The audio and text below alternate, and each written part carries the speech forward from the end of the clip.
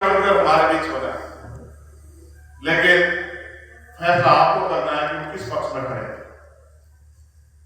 अगर वो आपके बच्चों के भविष्य को बनाने वालों के पक्ष में खड़े हो तो शायद मैं मुकाबला ना करूं, लेकिन वो तो ऐसी जगह खड़े हैं जहां से किसानों के बच्चों का भविष्य बर्बाद हो रहा है। कल रेजिमेंटों में भर्तियां तो नहीं हो रही, लेकिन रिटायरमेंट तो हो रहा है। जिन रेजिमेंटों का आप गौरव करते हो, कल क्या वो रेजिमेंट बचेंगे आपको लगता है? जिस डब्बे से सिर्फ निकल रहा हो, उसमें को डाला ना जा रहा हो, कल वो रेजिमेंट जिन पे आप गर्व करते हो बचेंगे क्या रेजिमेंट आपको लगता है? आप नहीं समझ पा रहे हो, ये सरकार के लोगों की, आरएसएस के लोगों की साजिश है।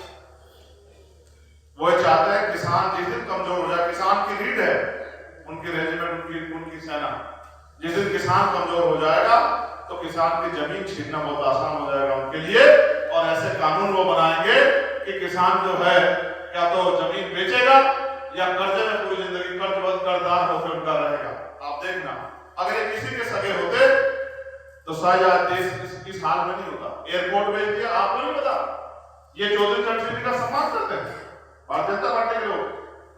स्वर्गीय चौधरी चरण सिंह के नाम पर बना हुआ लखनऊ का एयरपोर्ट, अमौसी एयरपोर्ट जो चौधरी, वो अंबानी को देने का काम किसने किया? वैसे भारतीय जनता पार्टी के लोगों ने किया। आज वहां वो चौधरी चरण सिंह के नाम से नहीं जाना जाता, वो आज अंबानी के अडानी के नाम से जाना जाता है। एयरपोर्ट आप पता करके देखिए। ये तो सम्मान छीनने वाले लोग हैं। और मैं तो चौधरी चरण सिंह को इसलिए नेता मानता हूं कि चौधरी चरण सिंह थे तो जनता दल ने को स्पष्ट कहा था भाजपा के लोगों से कि एक ही स्वरूप में रहो, क्या तो जनता दल के मेंबर बन के रहो या आरएसएस के प्रतिनिधि बन के रहो। अगर आरएसएस के प्रतिनिधि बन के रहोगे, जनता दल के मेंबर बन के सरकार में नहीं रहोगे तो मैं सरकार को गिराने का काम करूंगा, क्योंकि मैं अपने देश के साथ खड़ा हूं।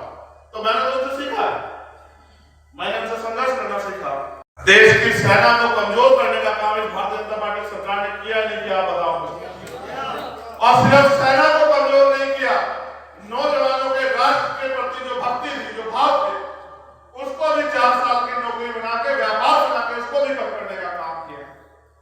जहां चारों तरफ से किसानों पे, कमेरों पे, मजदूरों पे मार हो रही है, आज ऐसे पल में अगर चौधरी चरण सिंह जी होते, किसानों के बसिया होते, सर छोटूराम होते, चौधरी देवीलाल होते, तो इस भारतीय जनता पार्टी की सरकार को जड़ से उखाड़ने के लिए ईडी चोटी का जोड़ लगा है। क्योंकि वो जानते थे कि जो उनका, उनके बच्चों के और किसानों के भविष्य से खिलवाड़ करेंगे, उनको सत्ता में रहने का कोई अधिकार नहीं है। सहयोग से मेरे दूसरे भाई इस काम को नहीं कर पा रहे, मगर मुझे उनसे कोई नाराजगी नहीं। आप जानते हैं मैंने उनका हाथ पकड़ा था और 3 बार की हारी हुई सीट खतौली को जिता के आपके पाले में लाकर दिया था। आप इस बात को जानते हैं, ये बात शायद आप नहीं बोले। और जब मैंने हाथ पकड़ा था तो मैंने उनसे कहा कि एक और लखनऊ के नेता थे, मैंने कहा नेताजी कह देना कि वहीं वहीं खड़ी, आप और हम 2 भाई मिलकर इस पाले को खींच के लड़ाई को जीत के दिखाएंगे भारतीय जनता पार्टी के लोग।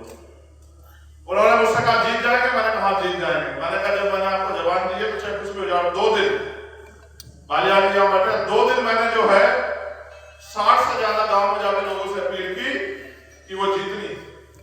और फिर जब काउंटिंग हुई, यही सरकार थी, उपचुनाव था, भाजपा के मंत्री थे, सब लोग लग गए, लेकिन भीम आर्मी के लोग, जबकि ना कैंडिडेट उनका था, जबकि ना निशान उनका था, बस मेरी जवान थी, तो ईडी चोटी का जोड़ लगा के वहीं खड़े रहे मेरे हाथ से, तो फिर जिता के आगे हम तो लकीर के फकीर है, जवान वाले हैं, जवान देते तो पूरी ताकत निभाते हैं। इस बार सहयोग